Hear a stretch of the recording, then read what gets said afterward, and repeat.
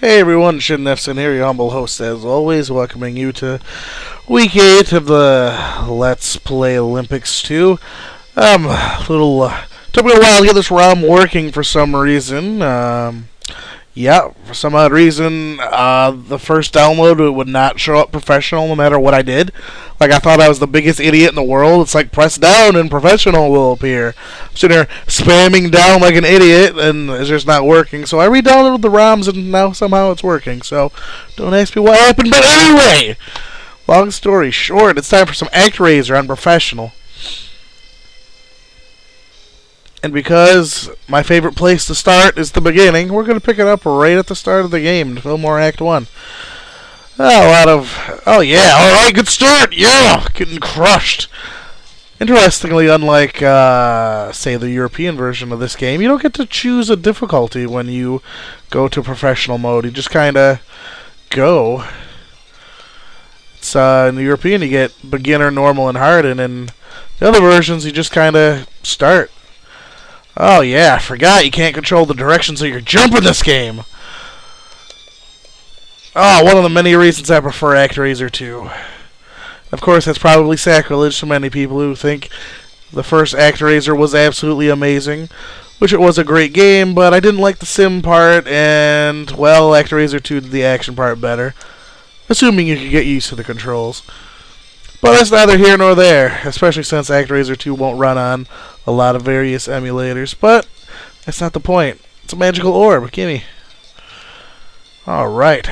Good thing my suckiness hasn't led to my death already, but we're playing ActRaiser, yeah. Half of this game is a simulation mode, kind of like an easy mode of The Sims. Oh, this seems kind of obvious. I honestly have more experience with ActRaiser 2, so I might not pick up a couple of these things right away. Like, in ActRaiser 2, I'd just be able to sprout my wings and fly over these things. But it's alright. Very popular game from the early, mid-90s. Oh, boss already. Seems like I should just crouch and stab you.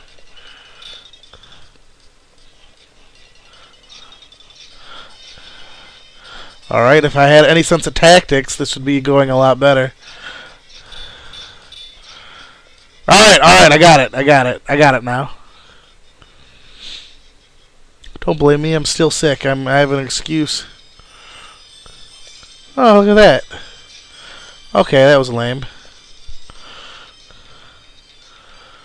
Doesn't help that my controller's getting pretty... What's that? Gimme... Pretty sure I need to break all of those that I see. It doesn't help that my PC controller is getting... it's getting a little worn out. It's not very responsive anymore. Just walk up, cheap shot, keep going. Okay, I actually wanted him to crouch. That again shows you how awesome my controller is actually working.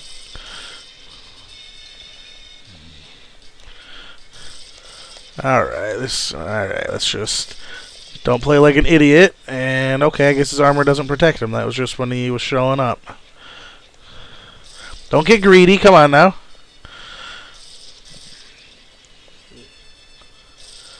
This is very reminiscent of the second to last boss in Ys 3. Oh, he stepped back that time. Sword has slightly longer range than it looks. Whee!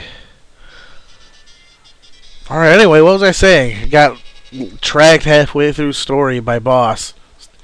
Still sick, mentioned that.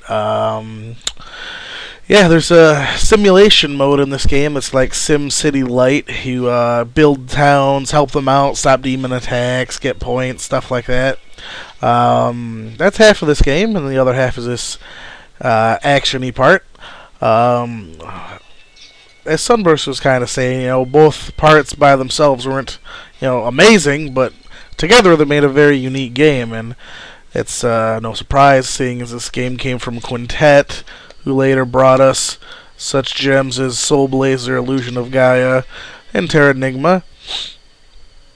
Of course, they also use the exact same life bar in every single game, but whatever. But yeah, I guess when I was younger, I just couldn't appreciate the whole the simulation part of this. I was like, I want to go stabby McStab things, and being stuck there doing the simulations, which isn't bad, but some of them can get certain towns can be really okay, getting tricky. Some of the towns can be just really repetitive and take a long time to liberate. Another other thing, the action. One reason I prefer ActRaiser 2, I know it's sacrilege, blah blah blah blah blah, but ActRaiser 2, one, cut out the simulation part, which I didn't mind because I wasn't any good at it to begin with, and it focused entirely on the action elements. And God, who is my character, he actually had wings and could do limited flight and gliding, and he could use his wings to like dodge and stuff. So it was overall, since I liked the action portion of this game more, ActRaiser 2 had more to offer me. I'm like one of 3 people in the universe that prefer it over this first game. This first one's still really good, it's just that there's not a whole lot of variety to the combat. I mean, you slash and you jump, and that's about it. And I hate that you can't control your jumps. Like, once you're committed to the jump, you're like, see, like, I'm holding back here. I'm like, like, something suddenly scrolls on screen, and I'm like, oh crap, and hold back, and, curb my jump. I'm stuck in the trajectory, pretty much.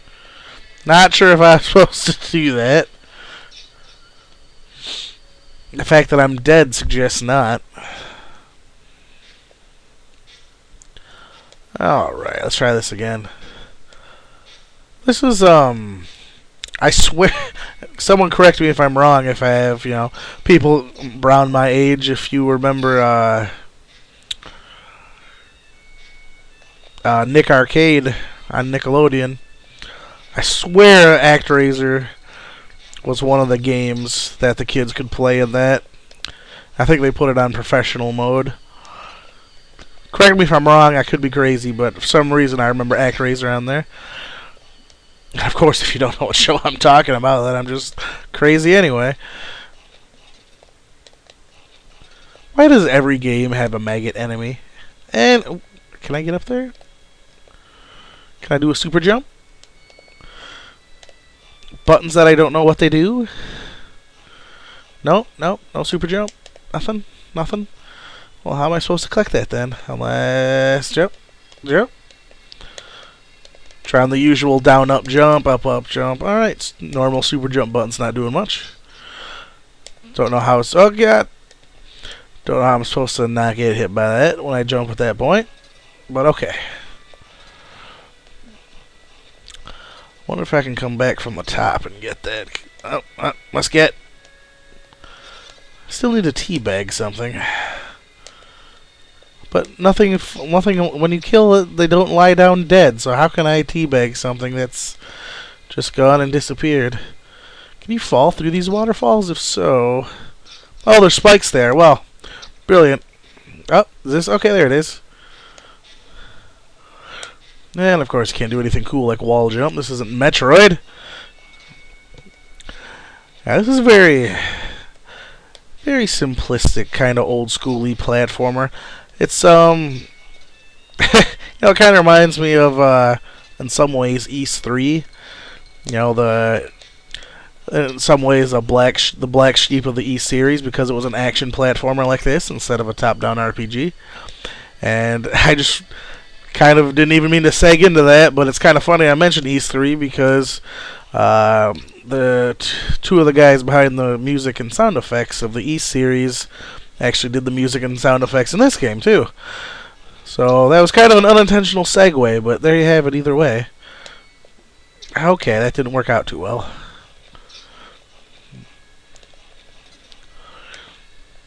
Uh-oh. Okay, I can probably drop down. No? I can't drop down? Ah, okay. A gate opens. Gotcha. Makes sense. Interesting thing about Quintet as a company, no one knows what happened to them, or if they still exist, which is unusual to say, because it's like, it should be, okay, that's like a really cheap enemy. But, it should be easy to say, well, yeah, this company doesn't exist anymore, or it does exist. I mean, we're not talking to, like, secret agent stuff or stuff like that. I mean, this is a company, but despite not officially existing and closing down their website in 2008, which was their first action after closing down their message boards in 2002, they haven't done anything as a company, but they are referenced constantly in various other video games throughout the past few years. Usually more specific staff members than the company itself, but they'll have, oh damn it, they'll have stuff like, thanks to this guy from Quintet for, usually it'll be a specialized job, sound design, vocals, graphics, character design, stuff like that. So, despite the fact Quintet by this Goblin, despite the fact they don't seem to still exist on paper, it's still mentioned in the credits of several games in the last few years, so who knows?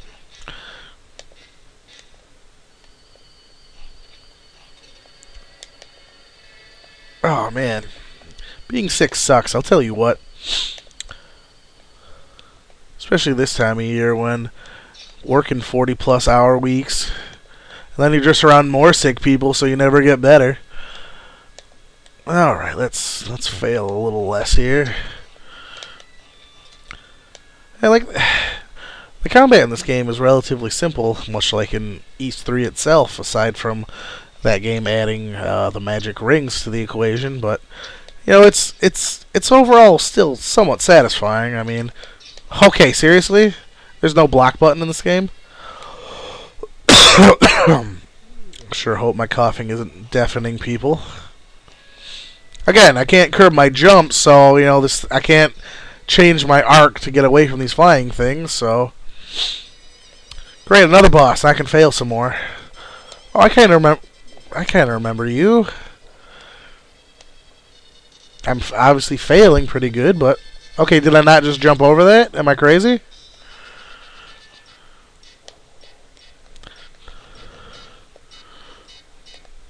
Okay, seriously, I just jumped over that axe. Really? I just jumped over it again. This is some awful hit detection right here.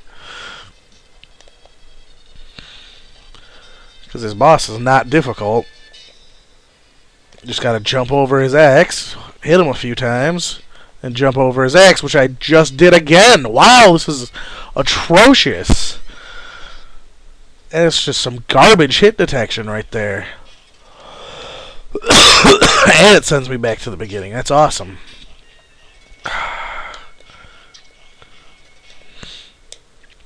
Wish I had more time to actually play this game, because it is a very fun game, but just this week with Black Ops 2 launching and me being at work every single bloody day, all day, it's just not helping. Again, being sick, it's like the last thing I want to do, when you're sick and feeling like crap is look at brightly colored pixels moving at a high speed. A lot better now, but still mainly just got the cough, but it's still, lots of, bad headaches from the coughing and stuff. That doesn't help. But I'm definitely getting the urge to play this game more as I go through here, even though I'm failing horribly. It's definitely a game where memorization helps. I mean, what kind of stupid statement is that? Every game is like that. I'm just trying to get up here to get to the boss and kill him before, Okay, come on now.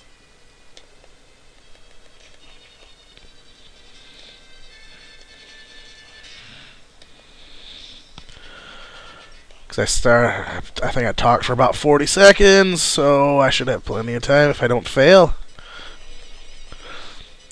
I'm ashamed at having so much problems at this boss. He's got such an easy pattern. I'm just like, herp-a-derp!